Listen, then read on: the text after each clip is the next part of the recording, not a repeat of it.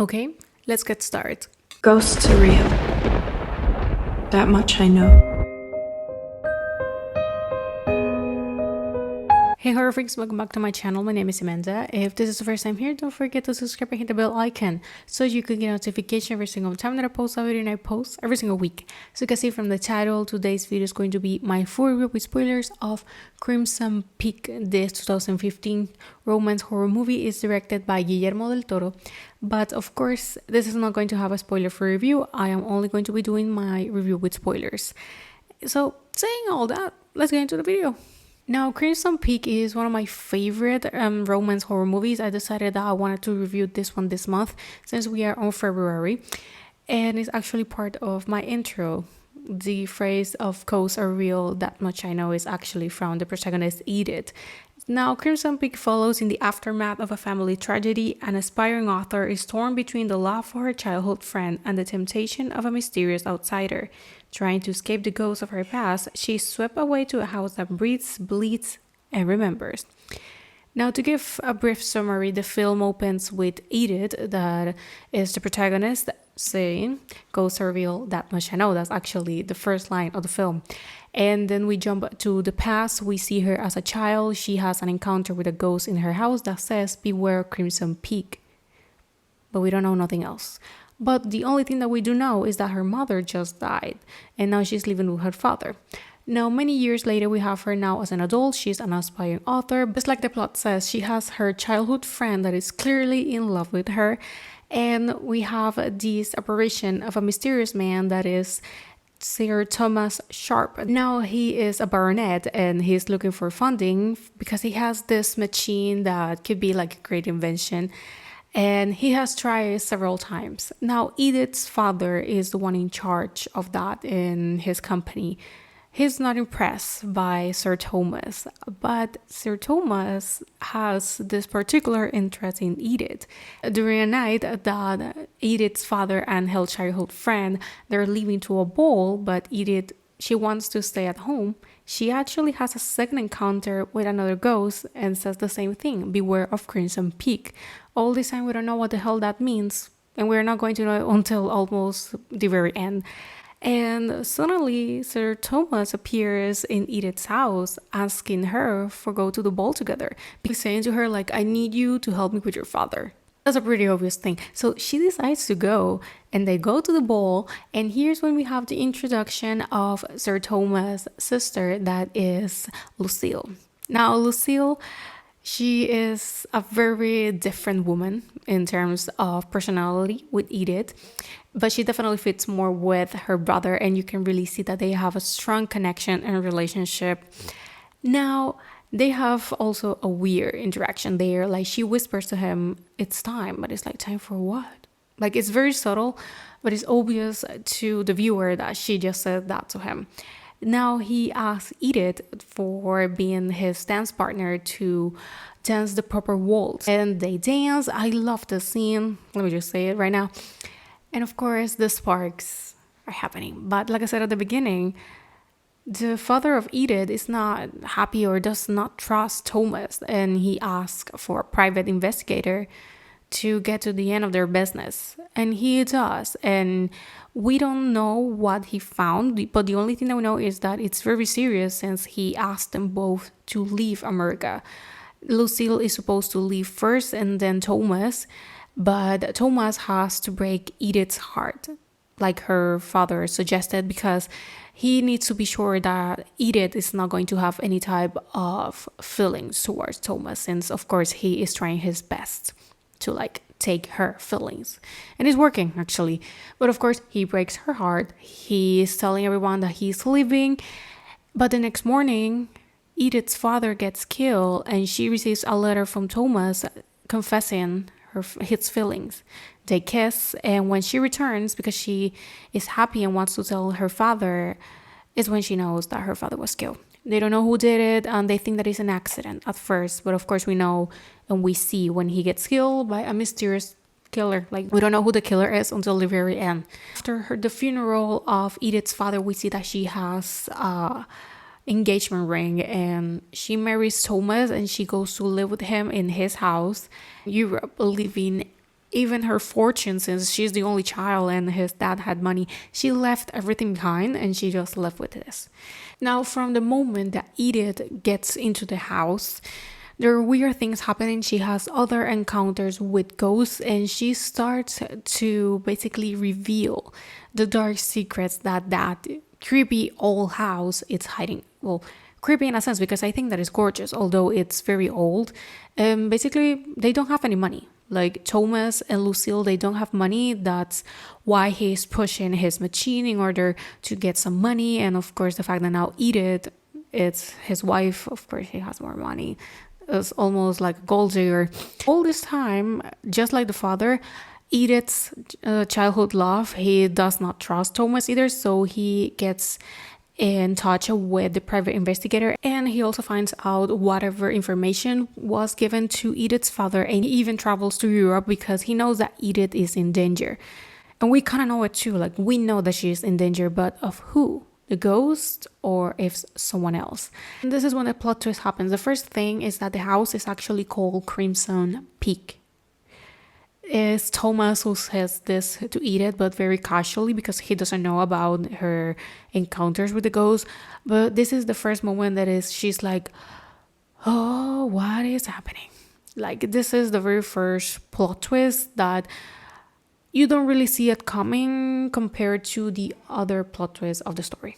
Is the fact that Thomas and Lucille have been killed wealthy women over the years in order to survive. Basically, Thomas has been getting married with wealthy woman that has no other family. Of course, we know how, since it's revealed that Lucille is the one that killed Edith's father. And the only reason that they were interested in her was because of the money. But Thomas is actually falling in love with her. Like, it's genuine. He doesn't want to do any harm to her. But of course, Lucille wants, because this is, in my opinion, the real plot twist, is that Lucille and Thomas are in love. They are brother and sister. Like, Edith, it's like, I knew you're not his sister. And she's like, that's the thing, I am. It's like, what? So they are actually brother and sister. So yeah, they are in a relationship, of course, a secret relationship. And this is when we know that they kill basically Lucille killed their mother, and they were sent away when they were kids, but they were able to get together once again when they're adults, and they have been killing wealthy women ever since. They try, of course, to kill Edith, but they do not succeed. Edith's childhood friend, he appears at the right moment, and he saves her. Unfortunately, Thomas dies, even after confessing the fact that he does not love Lucille anymore, and he's actually in love with Edith, so she gets mad, and she stabs him, but then Lucille gets killed by Edith, and the two of them become ghosts also. But the only difference is that actually Lucille became a dark ghost. Film ends with Edith saying the same thing, like, ghosts are real, that much I know, and her voiceover, and we have Lucille's ghost like playing the piano on her house, and she is a dark black ghost, and that's how it ends. Now, before I start into the things that I like and dislike, I know that for some people this film might not be horror because it's more romance, gothic, and mystery thriller. Like, it has another subgenres, but I do definitely think that to a certain extent it can be considered horror. So this is why I am including it, and I do consider that this film is horror. Now, into the things that I like. First, the story. I love gothic stories and gothic romance. I even took a class that was specialized in gothic literature when I was in college. Over the class, it was amazing. So, of course, I love this type of story. So that's right off the bat. I love the stories. The second thing that I do really like about this film is the symbolisms and the visuals. I think that cinematography, it's amazing. The sets are gorgeous. The wardrobe, costumes, the dresses, everything gorgeous. Now, on the symbolisms, something that if you have watched the film or if you ever watched the film going to notice is that Edith, she is blonde, she's very pale, and she's always wearing gold and yellow and very bright colors, while we have the contrast of Thomas and Lucille that are always wearing black, red, and very dark colors. Now, when Thomas and Lucille, they are in America, they look almost like they don't belong Like you have everyone like in bright colors, almost everyone is in gold and very bright and happy colors and a happy atmosphere. They look very out of place. And when Edith goes with them to Europe and we are on their house, thing is very dark, and Edith is the one that looks out of place. She's still wearing bright colors, and we have Thomas and Lucille that they look more in the zone, like they look that they are home, when Edith looks like a stranger and the outsider. I really like how the colors play a huge part in presenting the characters and their different personalities and also their motives, because Lucille is a very awful bad person. Like at the end she ends being a dark ghost while Thomas is white. And of course this can be taken as a fact that Lucille will never be in peace, while Thomas, he will be better in the afterlife. Another thing that I do really like is the music. I think that the waltz scene, I just love that type of music and fits perfectly, and the whole soundtrack in general fits perfectly. The only thing I do not like about the movie is that the plot twist, not the Crimson Peak one, but the fact that Lucille and Thomas are doing something behind her Edith's back. Not the relationship, but the fact that they are evil and that they should not be trusted. That's very easy to pick from the very beginning. So I wouldn't even count it as a plot twist, but definitely I think that they could have been way more subtle in presenting the fact that we cannot trust them. Because it's very, very easy to pick that something is wrong and that Edith is in danger from the very first moment that they have the first interaction. So that would be the only thing. Because for me, this is one of my favorite movies. And I think that it's almost perfect. Being honest, although this film is not for everyone, that's for sure. This film is not for everyone.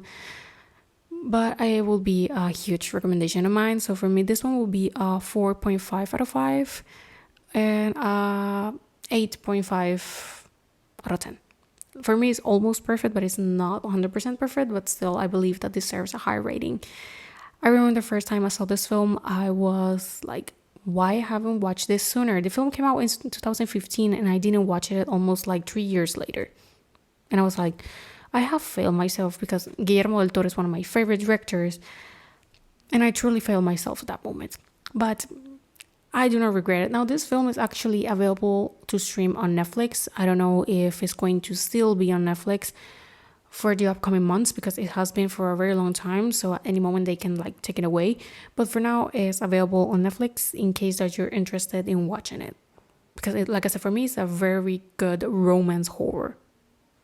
I need to emphasize in the romance horror. Don't be expecting very dark or gore sort of stuff, because that does not happen here. Although we have some blood, but very tame, not that much. But well, I think this has been all for the video. Thank you for watching, and I'm going to see you guys on my next video. Bye. Ghosts are real. That much I know.